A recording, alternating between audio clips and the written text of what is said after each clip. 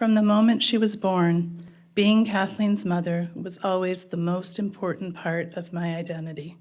I loved everything about being her mom. I helped her Girl Scout troop by being the cookie mom. I cheered for her at swim meets all over San Diego.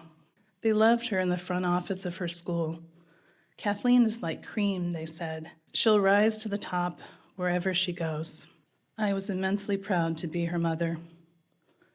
In high school, our relationship devolved from close and cooperative to constantly at odds. What at first seemed like normal teenage rebellion twisted into the seeds of addiction, and then she got in over her head and heroin took over. The change was gradual, and she was so good at masking it with her successes, I missed it.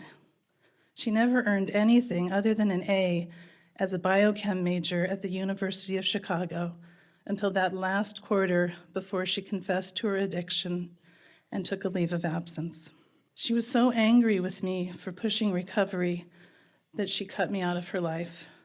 I hoped that if I gave her some space, things might improve. And then, as all of her classmates were about to graduate, she was gone. When Kathleen died, a part of me died too. She's my only child. Nothing would bring Kathleen back, so I focused on the things I could change. I was living alone in the home my realtor would describe as a quintessential beach cottage. I sat at her desk and pondered the note I had jotted in my planner, Mom for Rent.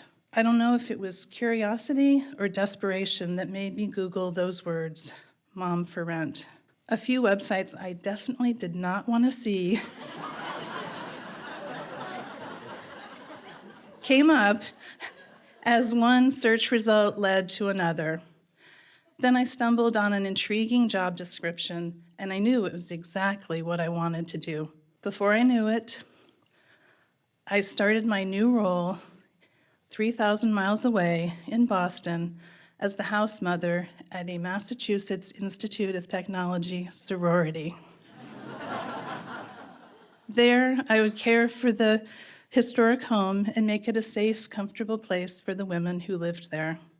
I wanted to be a mom again, and I happened upon a career that had motherhood baked right in. The mornings were my favorite, with a flurry of activity as the students grabbed their breakfast, packed up lunches, and dashed off to make it to class.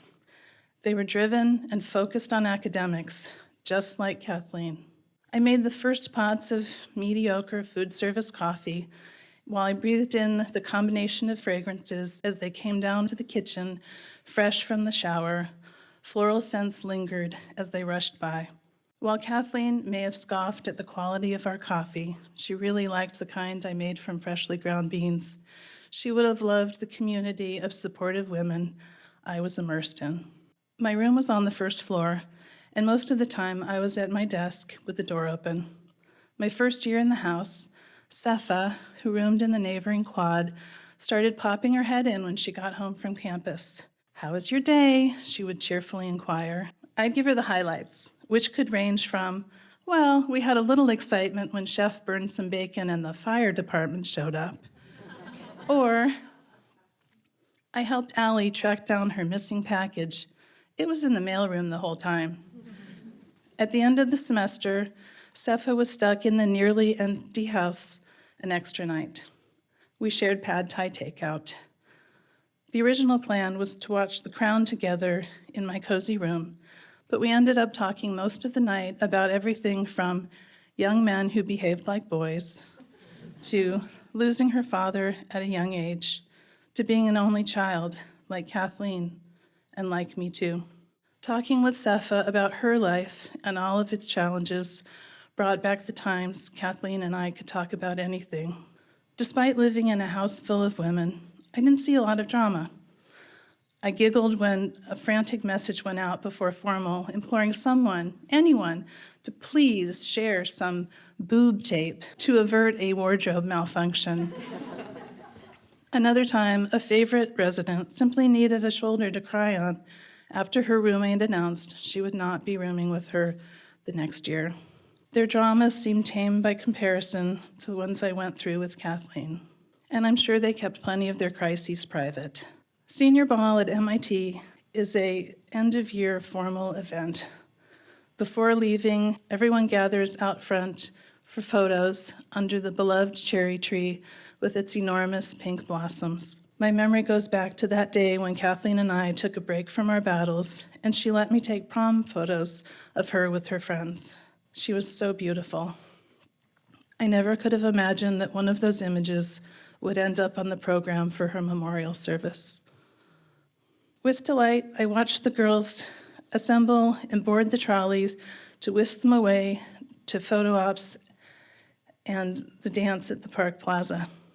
Messy buns, sneakers, and sweatshirts had been replaced by updos, strappy sandals, and full-length gowns. They looked stunning and sophisticated. 2 days later, it was Mother's Day, easily the hardest day of the year for me. A friend messaged me. She ran into a group of girls all dressed up taking pictures in the Boston Public Garden. She struck up a conversation with them and realized they were from my house. They raved about you, Nellie. They said they didn't know if you realized how much they love you. Their lives were so much better after you took over. Each one of them was singing your praises. Her message felt like a cosmic gift. I love them too. None of the young ladies in the house could ever replace Kathleen, but as a collective, they restored some of what I lost. I cherish those everyday mom moments, listening when they struggled, sharing a meal, staying up late to talk to Sepha, attending a capstone presentation, or cheering for them when their team had a game. I still see some of Kathleen in each one of them, and some of them in Kathleen. Thank you.